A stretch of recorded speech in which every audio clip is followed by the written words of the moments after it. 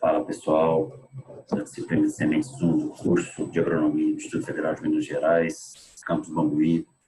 Espero que todos estejam bem e com saúde, para a gente iniciar mais um semestre, na verdade um bimestre, em ensino não presencial, né? Infelizmente ainda nós estamos numa situação de pandemia e de cuidados, mas esperamos que isso passe o mais rápido possível com a vacinação da nossa população. Mas, enfim, nós precisamos continuar, né? Então, dando início à nossa disciplina de sementes, e hoje vamos iniciar com esse breve histórico, conceito e importância das sementes para a gente começar a falar e destrinchar o que é realmente uma semente, qual a importância dela para a gente, para a economia, né? E para a gente chegar ao final do semestre com um conceito bem formado sobre o que é uma semente, ok? Então vamos lá. Bom, a primeira coisa que a gente precisa deixar claro, né? A semente, ela tem um papel de modificação dessa história do homem. Então, o que é isso? Quando a gente fala de modificação, a gente pode começar a traçar um paralelo com a evolução dos processos de sobrevivência do ser humano. Então, quando o ser humano apareceu e começou a evoluir, ele era um ser humano nômade, né? Ou seja, ele vivia da caça, vivia da pesca, vivia da coleta de frutos e das viagens quando determinadas regiões não atendiam aquela comunidade, então aquela comunidade, o grupo de pessoas iriam se deslocar para uma outra, e isso gerava alguns contratempos, né, mortes dos mais velhos, e essa comunidade sempre era pequena, assim, porque tinha um problema de sobrevivência, não tinha comida para todo mundo. Então, a partir do momento que o ser humano identificou e conseguiu domesticar essas plantas, no sentido de eu consigo produzir o meu alimento, eu consigo transformar o meu grão, o grão de milho, o grão de qualquer cereal, em mais alimentos para a minha comunidade, isso saiu de um processo de nômade para um pensar, ou seja, de capacidade de produzir o seu alimento, de domesticação de plantas. O ser humano passou a dominar a produção do seu próprio alimento. E isso fez com que as viagens parassem, né? Então, ele conseguia produzir o seu alimento, ele se fixou nos locais e começou a construir as suas comunidades com grupos maiores, vindo depois, num certo tempo, as primeiras vilas, as primeiras cidades e assim por diante. Então, a semente, né, a descoberta da semente fez com que o ser humano conseguisse dominar o seu alimento, a produção do seu próprio alimento, e conseguiu fixar a sua comunidade no local. E aí iniciou-se um processo de construção e de crescimento populacional. Então, esse foi o primeiro ponto importante que a gente pode falar das sementes, né? Então, aqui, ó, só para a gente atualizar, né? Então, o trigo, azeitonas, há 8.500 anos antes de Cristo, foi domesticado, o arroz há 7.500 anos antes de Cristo, feijão 3.500, banana, Nova Guiné, 7.000 anos antes de Cristo, girassol já nos Estados Unidos, batatas e mandioca no Andes, Amazônia, enfim. A partir da domesticação, a partir do domínio da produção do seu próprio alimento, o ser humano ele conseguiu se desenvolver e criar suas comunidades. Tá? Então, o início dessa produção de sementes fez com que a população aumentasse. E ao aumentar, precisava de mais comida. E ao precisar de mais comida, precisou de aumentar as áreas de produção. Então, chegou um ponto que aquela comunidade ela precisava dividir as tarefas. Então, alguém precisava produzir um animal, alguém precisava produzir o vegetal para alimentação e alguém precisaria produzir sementes. Então, nasceu ali, neste momento, os produtores de sementes. Então, você tinha na comunidade o produtor de alimentos e tinha aquele que multiplicava essa semente para produzir o alimento. Tá? E com esse progresso, a gente pode fazer um paralelo, né, da Revolução Industrial, mecanização, transportes, o aumento da demanda por alimentos, a colonização de novos continentes. Isso vem numa crescente, né, desde a evolução do ser humano, no início da evolução do ser humano, e aí, concomitantemente a isso, vem as fraudes. E isso não foi diferente das sementes. Então, quando ocorreu um início de incremento, de aumento de produção de sementes, iniciou também algumas farsas, ou seja, algumas pessoas produzindo e misturando coisas que não deviam nas sementes para benefício próprio, né? E aí iniciou-se também as leis. Então, no século XIX, 1816, na Suíça, o primeiro decreto proibindo a venda de sementes de trigo adulteradas, né? Então, tinha mistura com areia lavada e peneirada, então a pureza física das sementes estava comprometida, mistura de sementes de outras espécies, com a pureza física e genética comprometida, e a mistura de sementes de uma espécie porém viáveis, então a germinação estava comprometida. Então, esse decreto proibiu essa venda de sementes adulteradas. Só que as leis não foram suficientes. E aí, os governos começaram a ter a necessidade de criar órgãos de fiscalização e controle. Então, em 1869, foi criado o primeiro laboratório de análise de semente na Alemanha, chefiado por Noble, e depois, concomitantemente a isso, veio a criação das regras para análise de semente. Em 1876, o primeiro manual do Friedrich Noble.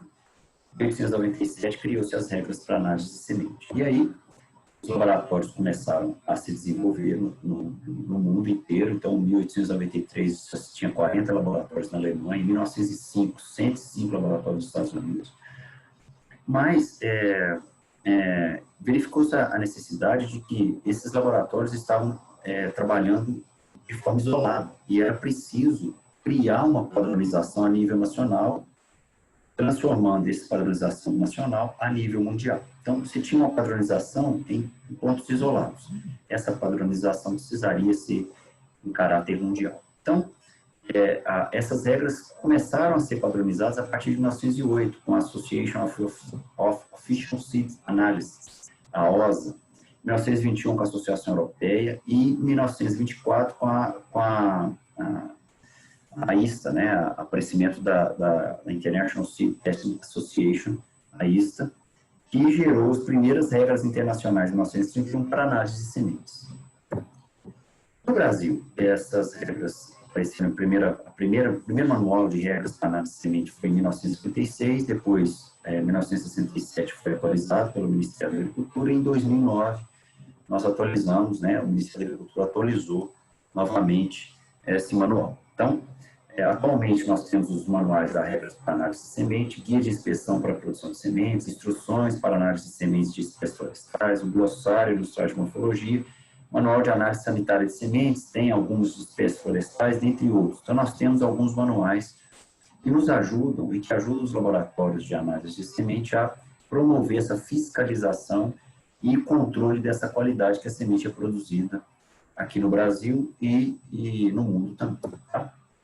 E no Brasil nós temos, só para critério de revisão, de síntese, algumas legislações, algumas leis. Então nós temos a Lei 10.711 de agosto de 2003, que é o Sistema Nacional de Sementes e Mudas, e algumas instruções normativas, por exemplo, a 26 de 2018, que estabelece algumas normas de produção e comercialização de seringueira, a Instrução Normativa 48, que estabelece as normas de produção de citros.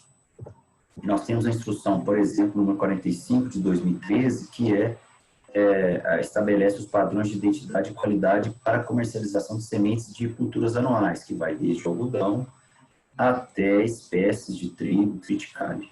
Tá?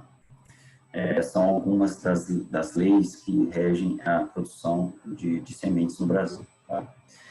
Mas, assim, além dessa definição de sementes como um mecanismo de elemento modificador da história do homem, nós temos outras formas de definir sementes como sendo importantes para nós. Então, uma delas é a perpetuação da espécie. Né? Então, A semente, ela costumo dizer que é um órgão ímpar, né, no reino vegetal. Então, ela tem uma capacidade para a planta de distribuição de genética no tempo, ou seja, a planta ela produz um número X, um número grande de sementes e ela distribui essa genética no tempo, porque algumas sementes elas não germinam naquele mesmo momento, elas têm um mecanismo que a gente chama de dormência. Isso é fantástico, né? Uma planta produz aí 500, 600, 10 mil sementes, dependendo da espécie, e essas sementes não germinam no mesmo tempo, elas têm uma distribuição no tempo, né? Uma capacidade de distribuição dessa genética no tempo. Uma outra é uma capacidade de distribuição dessa genética no espaço, ou seja, algumas espécies têm mecanismos de dispersão dessas sementes, né? As sementes, elas têm algumas estruturas que fixam no pelo do animal, ou elas são leves e elas são distribuídas, são dispersas pelo vento, ou elas são dispersas por animais, os animais se alimentam dessas sementes e dispersam essas sementes para outros locais, ou por água, elas têm uma capacidade de dispersão por água. Então, a semente tem essa importância, né, que é um órgão de manutenção e expansão dos vegetais sobre a terra. Sem essas sementes, não haveria essa sobreposição, essa sobrevivência das angiospermas especificamente no mundo, na verdade. Então, aqui, ó, só para a gente fazer uma síntese, né? Então, o mecanismo de perpetuação da espécie, né? As sementes, ou aqui no caso é um fruto, mas a semente está lá dentro, dispersão pelo vento, dispersão pela água, o coco da Bahia, sendo mais leve que a água, né? Porque o endosperma, o tecido de reserva, ele é líquido, então faz com que esse fruto, né, o coco da Bahia, ele flutue na água e possa viajar pelos mares, né, pelas marés. Os animais comendo os frutos e lá dentro tem as sementes. Então, nós temos mecanismos né, de perpetuação das espécies importantes para disseminar e dispersar essa genética dessa planta no tempo e no espaço. Tá? Nós temos uma relação de amor e ódio com a semente, né? O ser humano tem essa relação de amor e ódio, né? Amor, quando eu falo, porque a gente utiliza essas sementes através do melhoramento, com pesquisas para melhorar a qualidade dessas sementes, visando o quê? Produção de alimentos, né? Então, a gente utiliza essas sementes para produzir alimentos, produzir algum produto de vestuário, no caso do algodão, por exemplo, né? Indústria têxtil, mas elas se confundem também com o ódio, né? O ódio no sentido só no sentido figurado. Então, nós temos plantas daninhas, né? Para a agricultura, para a agronomia, é uma luta constante, né? Da gente controlar essas plantas daninhas nas áreas de produção, visando redução de mato competição, né? E melhorar a redução da competição dessas plantas daninhas com as nossas culturas economicamente importantes. Então, é uma relação ainda de amor e ódio, né? A gente precisa controlar as plantas daninhas e a gente precisa fazer com que ocorra a produção de alimentos, né? E de culturas economicamente importantes.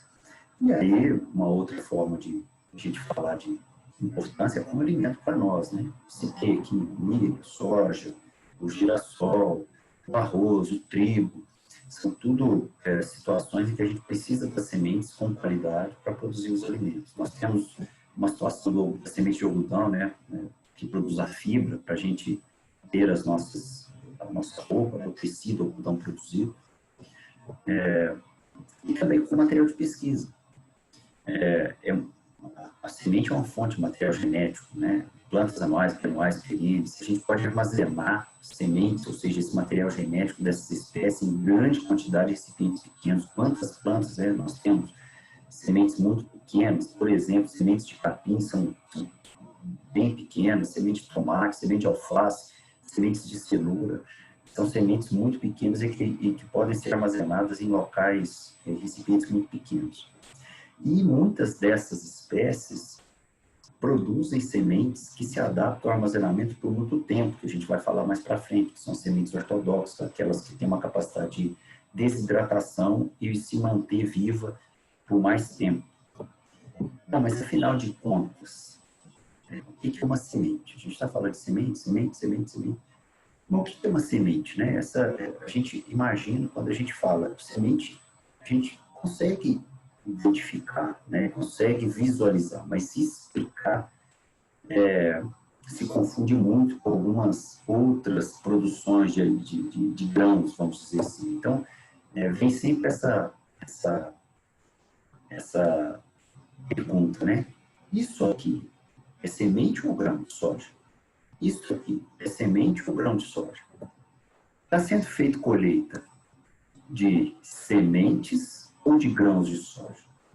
Então, sempre vem essa pergunta, porque pelas definições, a gente observa que é mais ou menos, uma definição é mais ou menos a mesma coisa. Então, a semente de soja produzida, de milho produzido, de algodão produzido, de cenoura produzida, ela vem pela definição botânica, que é um óvulo desenvolvido após a fecundação, que contém embrião, reservas nutritivas e tegumentos. As sementes têm, os grãos também têm.